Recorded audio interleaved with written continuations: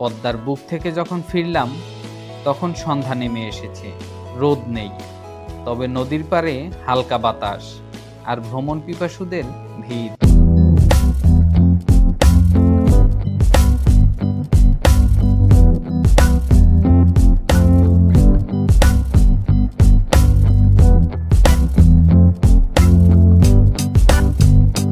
দোকান ঘুরে সময় কাটালাম কিছুক্ষণ।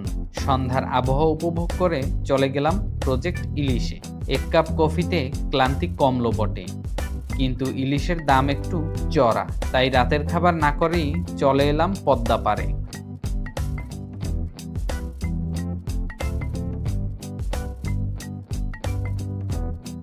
রিসিপশনে গিয়ে খোঁজখবর নিয়ে চুলছেরা বিশ্লেষণ করে আমার ভাই বেছে নিল 1 কেজি ওজনের একটি ইলিশ।